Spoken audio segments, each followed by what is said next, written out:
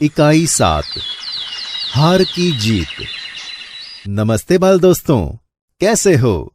सुप्रभात। सुप्रभात टीचर। बाल दोस्तों, आपको कहानी सुनना पसंद है? हाँ टीचर। हमें कहानी सुनना बहुत पसंद है। बहुत अच्छे। तो चलो, मैं आज आपको एक साधु और डाकू की कहानी सुनाता हूं। यह कहानी का नाम है हार की जीत। उसके लेखक हैं सुदर्शन। तो सबसे पहले हम उनके बारे में छोटा सा परिचय जान लेते हैं। लेखक सुदर्शन का मूल नाम बद्रीनाथ शर्मा है। उनका जन्म सन 1896 को पंजाब के सियालकोट में हुआ था। सुदर्शन जी जब 6वें दर्जे में थे, तब उन्होंने प्रथम कहानी लिखी थी। प्रेमचंद की तरह उन्होंने भी उर्दू भाषा में लेखन प्रारंभ किया था। तत्पश्चात हिंदी भाषा में लिखने लगे। उन्होंने नाटक, कहानी तथा उपन्यास लिखकर हिंदी साहित्य को समृद्ध किया। बाल दोस्तों, हार की जीत कहानी सुदर्शन जी द्वारा लिखित एक पौराणिक कथा है जो मानव भावनाओं पर आधारित है। तो चलो हम उनकी यह कहानी देखते हैं। मां को अपने बेटे और किसान को अपने लहलहाते खेत देखकर जो आनंद आता है, वही आनंद बाबा भारती को अपना घोड़ा देखकर आता था। भगवत भजन से जो समय बचता, वह घोड़े को अर्पण हो जाता। वह घोड़ा बहुत ही सुंदर और बलवान था। इसके जोड़ का घोड़ा सारे इलाके में न था। बाबा भारती उसे सुल्तान कहकर पुकारते, अपने हाथ से खरहरा करते, खुद खाना खिलाते और देख देखकर प्रसन्न होते थे। उन्होंने रुपया, माल, असबाब, जमीन आदि अपना सब कुछ छोड़ दिया था।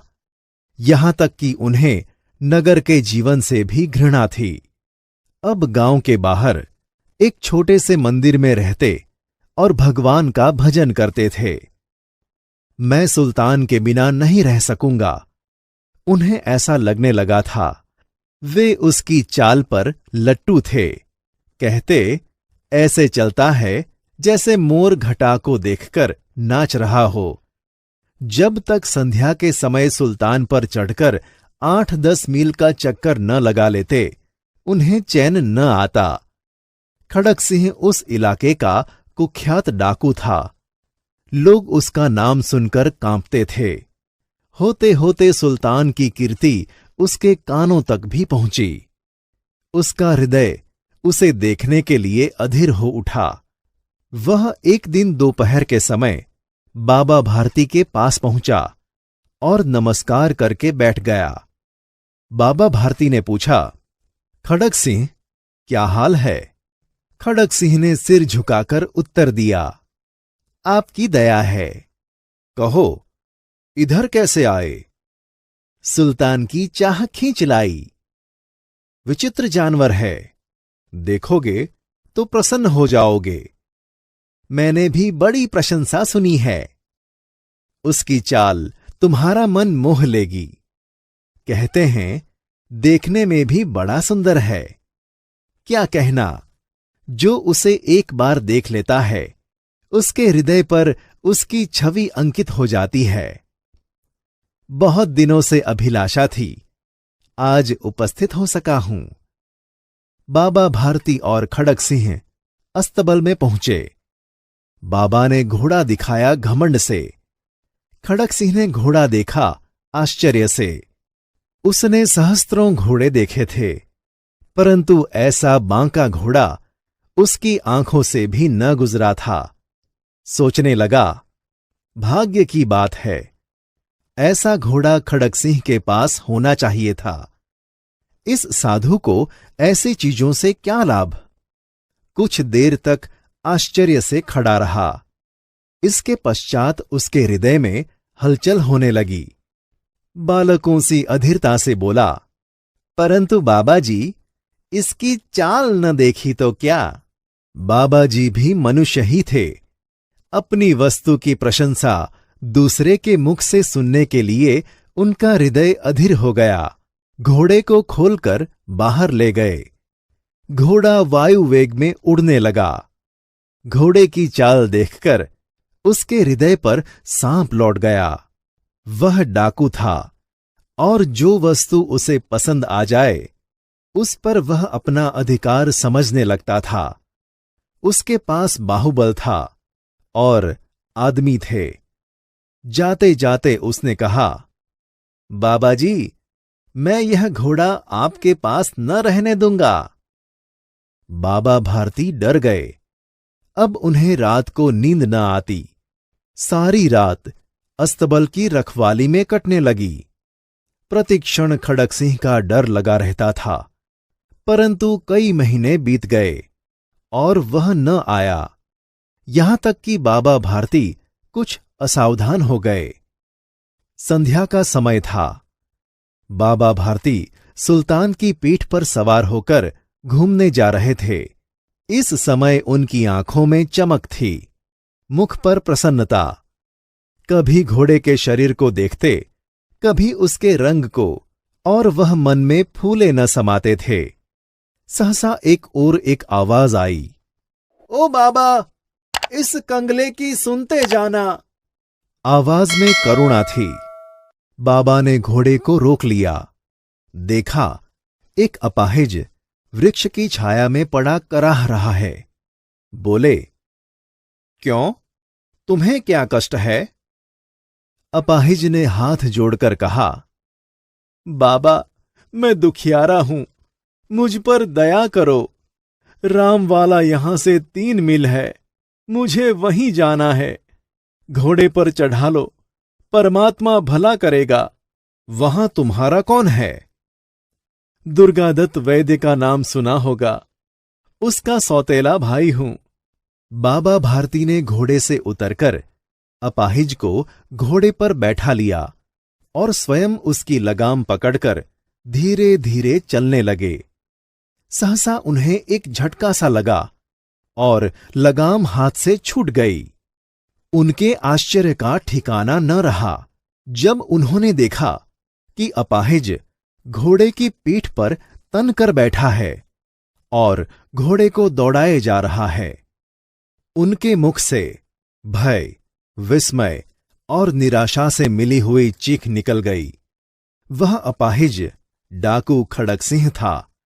बाबा भारती कुछ देर तक तो चुप रहे।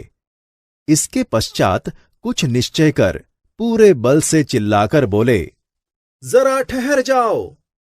खड़क सिंह ने आवाज सुनकर घोड़ा रोक लिया।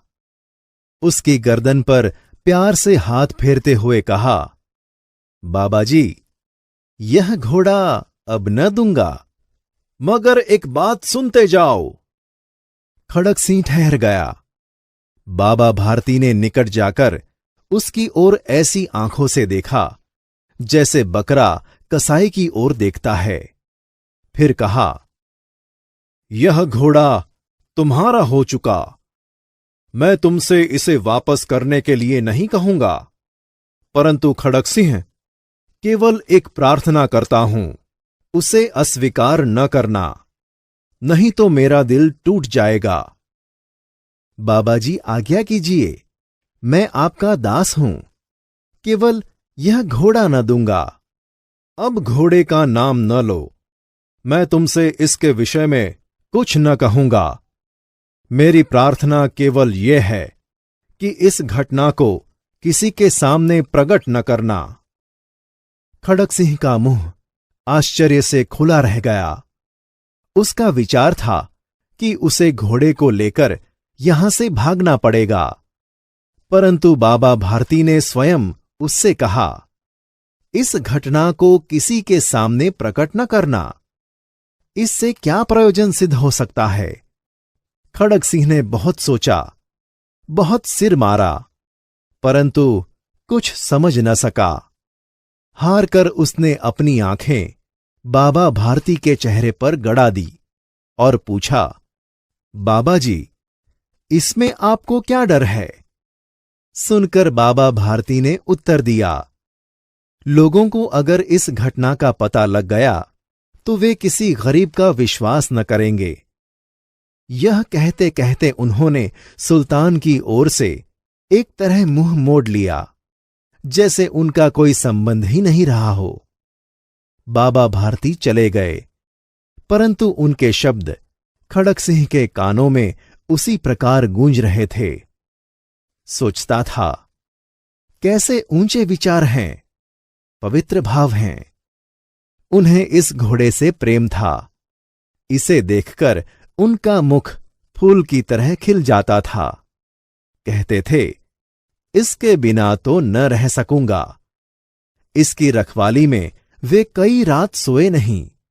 भजन भक्ति न कर रखवाली करते रहे, परंतु आज उनके मुख पर दुख की रेखा तक दिखाई न पड़ती थी। उन्हें केवल यह ख्याल था कि कहीं लोग गरीबों पर विश्वास करना न छोड़ दें। ऐसा मनुष्य मनुष्य नहीं, देवता है। रात्रि के अंधकार में खड़क सिंह बाबा भारती के मंदिर में पहुंचा। चारों ओर सन्नाटा था। आकाश में तारे टिमटिमा रहे थे। थोड़ी दूर पर गांव के कुत्ते भौंक रहे थे। मंदिर के अंदर कोई शब्द सुनाई न देता था। खड़क सिंह सुल्तान की बाग पकड़े हुए था। वह धीरे धीरे अस्तबल के फाटक पर पहुंचा। फाटक खुला पड़ा था। किसी समय वहां बाबा भारती स्वयं लाठी लेकर पहरा देते थे, परंतु आज उन्हें किसी चोरी, किसी डाके का भय न था। खड़क सिंह ने आगे बढ़कर सुल्तान को उसके स्थान पर बांध दिया और बाहर निकलकर सावधानी से फाटक बंद कर दिया। इस समय उसकी आंखों में नेकी के आंसू थे।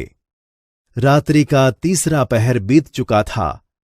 चौथा प्रहर आरंभ होते ही बाबा भारती ने अपनी कुटिया से बाहर निकल ठंडे जल से स्नान किया। उसके पश्चात इस प्रकार जैसे कोई स्वप्न में चल रहा हो, उनके पांव अस्तबल की ओर बढ़े, परंतु फाटक पर पहुंचकर उनको अपनी भूल प्रतीत हुई। साथ ही घोर निराशा ने पांवों को मन मन भर का बना दिया। वे कहीं रुक गए।